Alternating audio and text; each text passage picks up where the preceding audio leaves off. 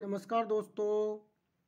ग्राम विकास अधिकारी सीधी भर्ती परीक्षा 2021 मेंस का सिलेबस जारी हो चुका है। देख रहे हो आपके सामने ये सिलेबस मेंशन कर रखा है दोस्तों। तो चलते हैं एक एक टॉपिक पर विस्तृत चर्चा करते हैं। सबसे पहले आप देखते हो प्रश्नों की संख्या 160 दी गई है, कुल अंक 200 हैं, समय 3 घंटे का रखा गया है। सबसे पहले बात करते हैं, नेगेटिव मार्किंग 1/3 रखी गई हैं।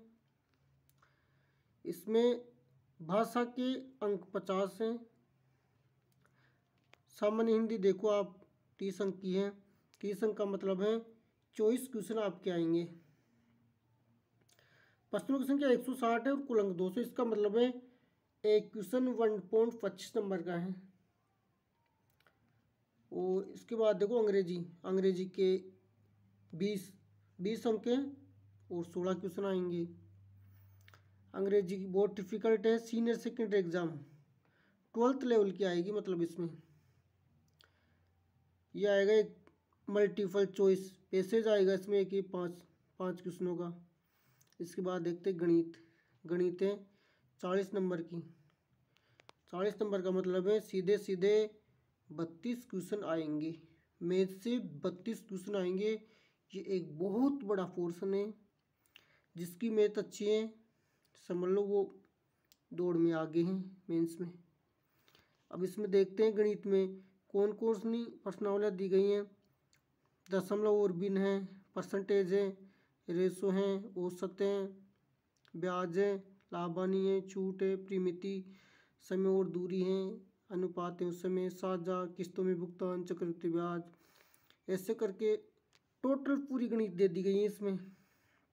उसके बाद है सामान्य ज्ञान के अंक हैं 20, क्वेश्चन है 8। उसमें से समसामयिक गणनाएं करंट अफेयर्स के आपके 10 नंबर हैं, 8 क्वेश्चन है। करंट अफेयर राज्य की, भारत की और अंतर्राष्ट्रीय, राजस्थान, भारत और विश्व तीनों है इसमें। उसके बाद सामान्य ज्ञान के वे प्रश्न जो दिन प्रतिदिन के अनुभव और विश्लेषण पर आधारित हो और जिनकी विज्ञान की समझ और परख होती है। ऐसा नहीं है कि पूरी साइंस आएगी, नहीं, आपको पूरी साइंस नहीं पढ़ना है। अपनी विवेक से आपको वो टॉपिक पढ़ने जो दिन प्रतिदिन हमारे काम आते हैं। और इसके साथ साइंस के साथ करंट अफेयर भी है, देख सकते हो आप। इन प्रश्नों में से ऐसे प्रश्नों भी शामिल होंगे जिनमें परीक्षार्थी की इलेक्ट्रॉनिक्स, दूरसंचार, सैटेलाइट और उसी प्रकार के दूसरे मुद्दों का ज्ञान भी परख की जा सकती है। इसमें आप सीधे देख सकते हो सैटेलाइट। अब सैटेलाइट में क्या आएंगे, इसरो सैटेलाइट भेजता है वो, दूरसंचार, इलेक्ट्रॉनिक, इसमें से करंट अफेयर से क्वेश्चन पूछे जाएंगे। उसके बाद फिर एक बहुत बड़ा पोर्शन भूगोल और प्राकृतिक संसाधन, अंक 30। तो इसमें देख सकते हो आप संसार के व्यापक, पहले वाले सिलेबस में दे रखा था विश्व, अब की बार देख रखा है संसार, तो वो सेम है। संसार के व्यापक भौगोलिक क्षेत्र, महत्वपूर्ण स्थान, नदियाँ, पहाड़, महाद्वीप, आपको इसमें 7 महाद्वीप विस्तृत पढ़ने हैं। महासागर इसमें नहीं दे रखे, ठीक है। उसके बाद फिर भारत का देखते हो आप। भारत का देखो, भारत का पर्यावरण, वन्य जीव परिस्थितिकोलॉजी, इसमें भारत को आपको पढ़ने हैं वन्य जीव अभ्यारण्य, राष्ट्रीय उद्यान, वन, ये चीज़ें आपको पढ़नी है। इसके साथ इकोलॉजी पढ़नी है आपको। और फिर ये राजस्थान का पूरा भूगोल है। राजस्थान का भौगोलिक परिदृश्य आ गया, मौसम, वनस्पति, मिट्टी के प्रकार, भौगोलिक क्षेत्र, मानव संसाधन, जनसंख्या की समस्याएं, बेरोजगारी, गरीबी, अकाल, सूखा, बढ़ता रेगिस्तान। इस प्रकार ये पूरे राजस्थान के पूरे टॉपिक आपको पढ़ने हैं। इसके बाद फिर एक ये नया पोर्शन जोड़ा गया है राजस्थान के संदर्भ में कृषि और आर्थिक संसाधन, 30 अंक के 24 नंबर। ये इम्पोर्टेंट है, इसको आपको पढ़ना है, इसको छोड़ना नहीं है आपको। ये नया जोड़ा गया है इसमें। तो इसमें आर्थिक है, आर्थिक समीक्षा के क्वेश्चन आएंगे इसमें से, ठीक है। और फिर इसके बाद इतिहास और संस्कृति पहले थी, इतिहास नहीं थी पहले, अब की बार देख सकते हो आप। भारतीय राजनीतिक और सांस्कृतिक इतिहास के लैंडमार्क, मुख्य स्मारक, साहित्यिक कार्य, पुनः जागरण, राष्ट्रीय एकता, स्वतंत्रता के लिए संघर्ष। तो इसमें आपको भारत का आधुनिक इतिहास पढ़ना है। 1857 क्रांति के बाद जो इतिहास है वो आपको पढ़ना है।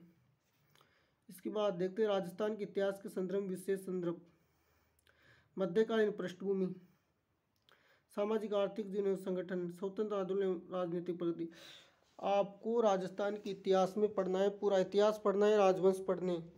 इसके साथ आपको प्रजामंडल आंदोलन, किसान आंदोलन, 1857 की क्रांति, ये सब चीज़ें आपको राजस्थान हिस्ट्री के अंदर पढ़नी है।